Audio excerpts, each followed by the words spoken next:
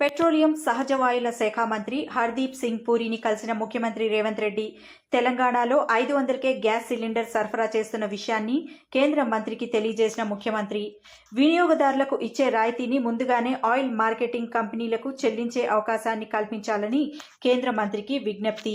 ముఖ్యమంత్రి వెంట ఉప ముఖ్యమంత్రి బట్టి విక్రమార్క, రాష్ట్ర మంత్రి ఉత్తమ్ కుమార్ రెడ్డి.